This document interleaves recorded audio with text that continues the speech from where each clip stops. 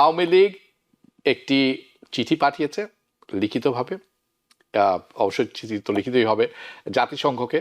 তারা বলেছে যাতে বাংলাদেশে যে আগামী নির্বাচন হচ্ছে এটাতে যাতে কোনো রকম সহযোগিতা তারা না করে। ইউএন সেক্রেটারি জেনারেলকে পাঠিয়েছে, ঢাকার ইউএনডিপি অফিসকে পাঠিয়েছে, এমন কোন লোককে তারা বাকি রাখেনি। জি, কি বলছে তারা? এই নির্বাচন ইনক্লুসিভ না। ইনক্লুসিভ না, রাইট। কারণ আমরা সেখানে নেই। হ্যাঁ, আমরা কারা? আমরা সেই দল গত 15 বছর যারা পরপর 3টে নির্বাচন করেছি এককভাবে। যেই মুহূর্তে আমাদের একটা নির্বাচন সরকার আসবে, তার বৈধতা তা প্রশ্ন করতে পারবেন না, কেউ প্রশ্ন করতে পারবে না, ভারতও পারবে না। আওয়ামী লীগকে তো ব্যান করা হয়নি এখন, আর ব্যান করার রাজনীতি বাংলাদেশে ঠিক ভালো কাজ করে না। জামাতকে 4 বার ব্যান করা হয়েছে, 2 বার পাকিস্তানি আমলে, 2 বার বাংলাদেশের আমলে। যত ব্যান করে তারা তত অর্গানাইজড হয়, ক্ল্যান্ডেস্টাইন হয়। আওয়ামী লীগ একটি চিঠি পাঠিয়েছে লিখিতভাবে, অবশ্যই চিঠি তো লিখিতই হবে, জাতিসংঘকে। তারা বলেছে যাতে বাংলাদেশে যে আগামী নির্বাচন হচ্ছে এটাতে যাতে কোনো রকম সহযোগিতা তারা না করে। এটি আপনি কিভাবে দেখেন? এটি একটি বড় প্রশ্ন। এটি রাজনৈতিক উদ্দেশ্যটা কি এবং কাজটা কি আসলে ঠিক হলো? ভাই, এই চিঠির কপি আমি প্রায় প্রতিদিন একটা করে পাই। আমি শিওর আপনারাও পান। এই চিঠির কপি আওয়ামী লীগের লোকাল কর্তা ব্যক্তিরা বা ঢাকা থেকে হতে পারে, প্রত্যেকেই পাঠাচ্ছে। জি, ইউএন সেক্রেটারি জেনারেলকে পাঠিয়েছে, ঢাকার ইউএনডিপি অফিসকে পাঠিয়েছে, এমন কোন লোককে তারা বাকি রাখেনি। জি, কি বলছে তারা? এই নির্বাচন ইনক্লুসিভ না। ইনক্লুসিভ না, রাইট। কারণ আমরা সেখানে নেই। হ্যাঁ, আমরা কারা? আমরা সেই দল গত 15 বছর যারা পরপর 3টে নির্বাচন করেছি এককভাবে। হ্যাঁ, অন্যদেরকে নেওয়ার প্রয়োজন বোধ করিনি আমরা। আমি তুমি নির্বাচন করে পার পেয়ে গেছি আমরা। রাইট। সেই দল এখন বলছে যে আমাকে বাদ দিয়ে নির্বাচন হতে পারে না। না, হতে পারে, সেটা গ্রহণযোগ্য হবে না। হয়তো একই কথা। মানে তারা অলমোস্ট ইমপ্লোর করছে, ভাই আমাকে আমাকে আমাকে অংশগ্রহণ করতে দাও। রাইট। এর ব্যাকগ্রাউন্ড ব্যাক স্টোরিটা কি? মূল লক্ষ্য হচ্ছে নির্বাচনকে বানচাল করা। কারণটা কি? আমি আগেও বলেছি, যদি আগামীকাল নির্বাচন হয়ে যায়, এই এখন যে সরকার, এটা একটা অন্তর্বর্তী সরকার, ইন্টারিম গভর্নমেন্ট, এদের লেজিটিমেসি নিয়ে আপনি প্রশ্ন করতে পারেন। এরা বৈধ সরকার নয়, এদের কোনো অ্যাকশন বৈধ নয়। But once we have an election, যেই মুহূর্তে আমাদের একটা নির্বাচন সরকার আসবে, তার বৈধতা তা প্রশ্ন করতে পারবেন না, কেউ প্রশ্ন করতে পারবে না, ভারতও পারবে না। এই ভারত যে এখন আমাদের সারাক্ষণ ইউনুসকে বলছে সে আইসিস এর লোক, সে পাকিস্তানের লোক, চীনের লোক, যে মুহূর্তে একটি বৈধ নির্বাচন হয়ে যাবে, তখন তো আর ভারতের পক্ষে বা আওয়ামী লীগের পক্ষে এই অভিযোগটা সমর্পণ হবে না। ফলে সকল চেষ্টা হচ্ছে, নানাভাবে চেষ্টা হচ্ছে নির্বাচন ডিসরাপ্ট করা, যাতে নির্বাচন না হতে পারে। What they want, they want the military take over. তারা চায় ওয়াকারুজ্জামান সাহেব ক্ষমতায় আসুক। নানাভাবে তারা, আপনি যান সোশ্যাল মিডিয়া যান, কি দেখেন আপনি? সারাক্ষণ বলা হচ্ছে ওয়াকারুজ্জামান একটা বিশ্বাসঘাতক। তিনি বিশ্বাসঘাতক কেন? তিনি কেন ক্ষমতা গ্রহণ করছেন না? আপনি ভাবুন, একদিকে তারা বলছে আমরা গণতন্ত্রের পক্ষে, ইনক্লুসিভ গভর্নমেন্ট না, অন্যদিকে তারা ইনভাইট করছে আর্মিকে টু টেক ওভার। একে বলে হিপোক্রেসি। হিপোক্রেসি। আমার ধারণা যে ইতিমধ্যে নির্বাচনের ট্রেন ছেড়ে দিয়েছে, স্টেশন ছেড়ে দিয়েছে, এবং সেই স্টেশনে সেই নির্বাচনের ট্রেনে আওয়ামী লীগ যাত্রী নয়। and it can't be stopped. It can't be stopped. উত্তর আপনার প্রশ্ন উত্তর দিয়ে বলে গেছি আমি, যে চিঠিটা পাঠিয়েছে ঢাকার ইউএনডিপি অফিসে এবং নিউ ইয়র্কের ইউএন সেক্রেটারি জেনারেলকে, তারা বলেছে কোঅপারেট করবে না। সরকারি সিদ্ধান্ত ওয়াশিংটন, নিউ ইয়র্কে বসে বা ঢাকার ইউএনডিপি অফিসে দে ক্যানট রিভার্স ইট। আমাদের ফরেন অ্যাডভাইসে বলেছে এতে কোনো কাজ হবে না ভাই, এই চিঠি দিয়ে কোনো কাজ হবে না। আমি একটা সোভারেন স্টেট, আমার সার্বভৌম অধিকার আছে সিদ্ধান্ত গ্রহণের। তুমি চিঠি দিলে আর সঙ্গে সঙ্গে জাতিসংঘ বলে বসবে না না, জাতিসংঘ তো সুপার স্টেট নয়, আমার উপর আর একটা স্টেট জাতিসংঘ নয়। জাতিসংঘ কাজ করে কিভাবে? সকল রাষ্ট্রের সম্মতির ভিত্তিতে।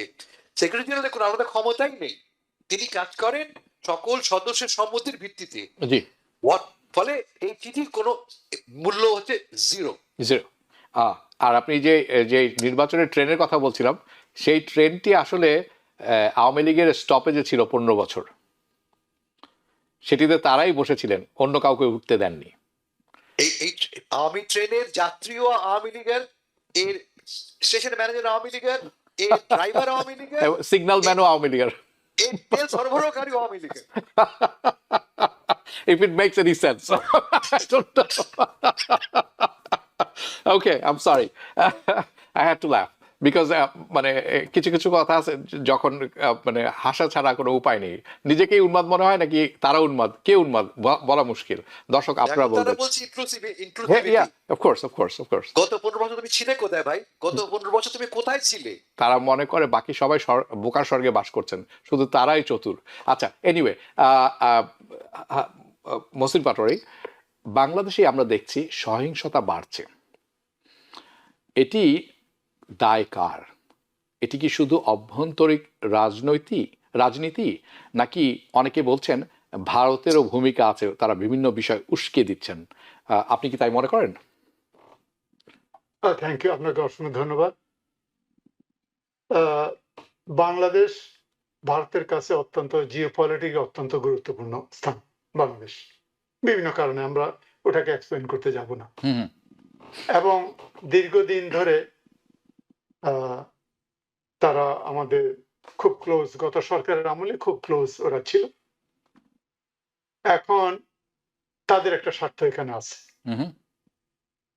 It can B A pressure tactic হতে পারে তাদের পক্ষে, যাতে করে আগামীতে যারা নির্বাচিত হবে অথবা হওয়ার সম্ভাবনা আছে তাদের উপর একটা প্রেশার ক্রিয়েট করে একটা চ্যানেল অফ কমিউনিকেশন সৃষ্টি করে। এটা একটা তাদের পক্ষে হতে পারে। আরেকটা জিনিস হলো যে সরকার গত 15 বছর ছিল, তারা এখন ক্ষমতায় নাই, এখন তারা দৌড়ের উপরে আছে।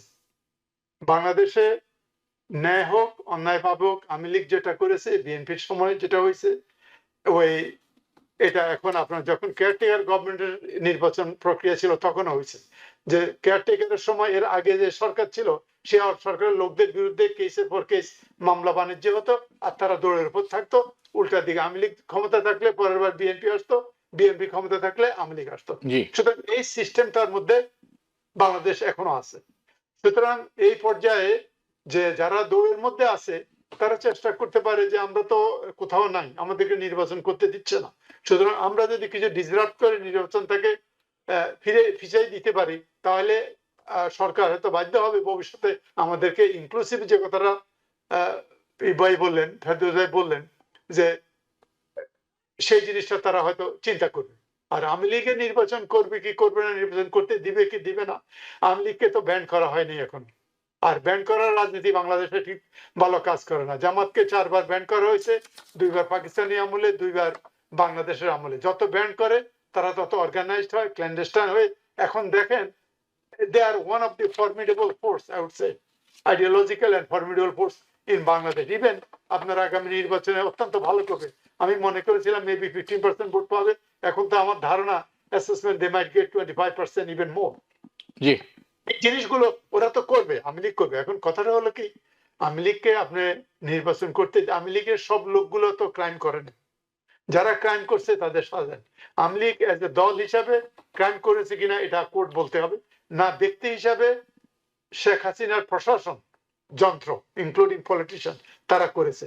সুতরাং এই জন্য আপনি সমস্ত দলকে ব্যান করবেন কিনা, নির্বাচন করতে দিবেন কিনা, এবং নির্বাচন করতে না নিলে সমস্যাটা কি হতে পারে। ইভেনচুয়ালি এই লোকগুলো ভোট দিবে, কোন ভোট দিবে, আইদার জামাতকে দিবে অথবা বিএনপিকে দিবে। এই জিনিসগুলো আর কি তাদের ইন্টারনাল জিনিসগুলো আমি ঠিক এক্স্যাক্টলি বাংলাদেশের ভিতরে নাই তো পাকিস্তান কি জিনিসগুলো গুটি কিভাবে চালতেছে বুঝতেছি না এখান থেকে আর কি। এই জিনিসগুলো আমি আপাতত বাইরে থেকে মনে করি যে ইনক্লুসিভনেসটা হলে ভালো হতো।